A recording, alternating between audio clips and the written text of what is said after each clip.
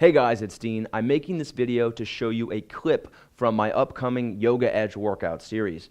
This workout is Yoga Restore, and this is our recovery workout focused on helping athletes recover from their practices, their games, and get back to what they enjoy doing, feeling 100%. If you're not already on the Body by Yoga VIP list, and this is before October 16th, you can sign up at the link below.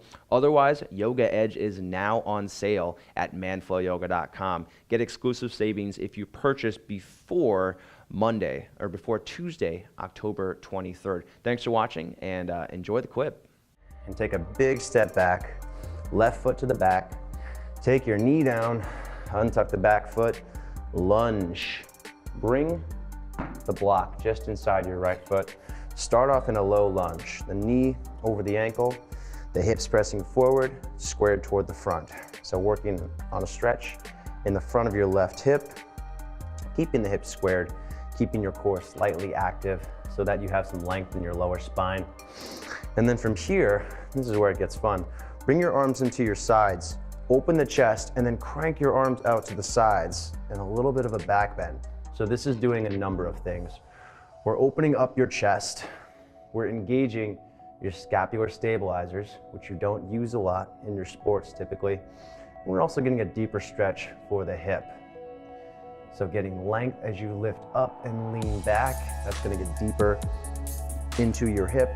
And squeezing the arms back is going to get deeper into your chest. And go ahead and relax. Bring the hands on either side of the front foot. Shift your hips toward the back. You bring the left knee back a few inches. And then point your toes toward the floor. Try to touch the bottom of your foot to the ground. This is a modified half split. So we're working on stretching the hamstring and the lower back here, but we're also working on the ankle. So if you run, if you play sports, you use your ankles, and ankle sprains are one of the most common injuries when it comes to sports. So working on your range of motion in your ankle, taking care of your ankle with stretches like this is really important for keeping your ankles healthy and happy. The top of your knee is going to face straight up. That way you'll get a nice stretch, even stretch through the hamstring. Go ahead and relax, bring the knee forward and switch sides. So back to that lunge.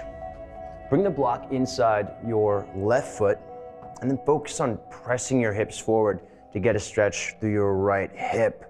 We don't do a lot of stretching like this in this deep lunge, holding it for a long time. There's no sport that really holds like this, right?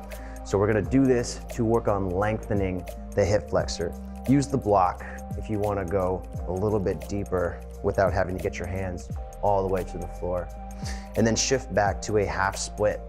So bringing your hips back, stacking your hips on top of your back knee, bringing your left hand to your left hip and drawing that back just a little bit. Now we'll get a stretch to the lower back as well.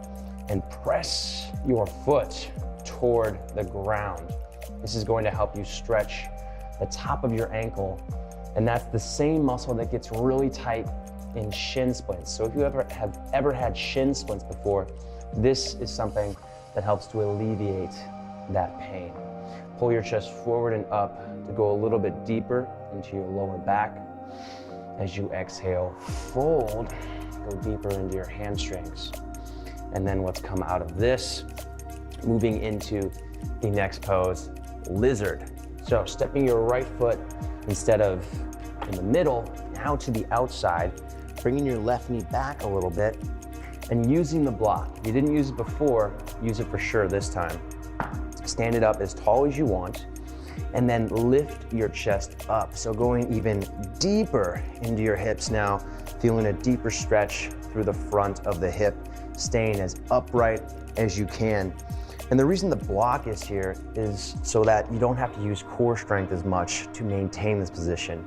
Remember, this is the restore workout. We're not focusing so much on core strength as we are on the deep stretching. Take one more breath here. See if you can get the hips forward a little bit more.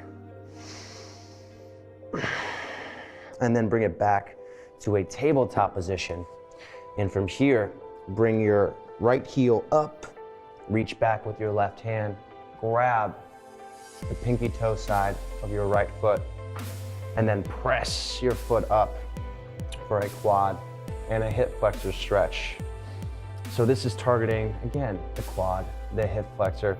We're also getting some balance work in, so it's a little more active, something that I as an athlete enjoy doing as opposed to a more relaxed stretch, but it's still getting the benefits of a stretch. So really press into that foot to go deeper. And go ahead and relax the knee down.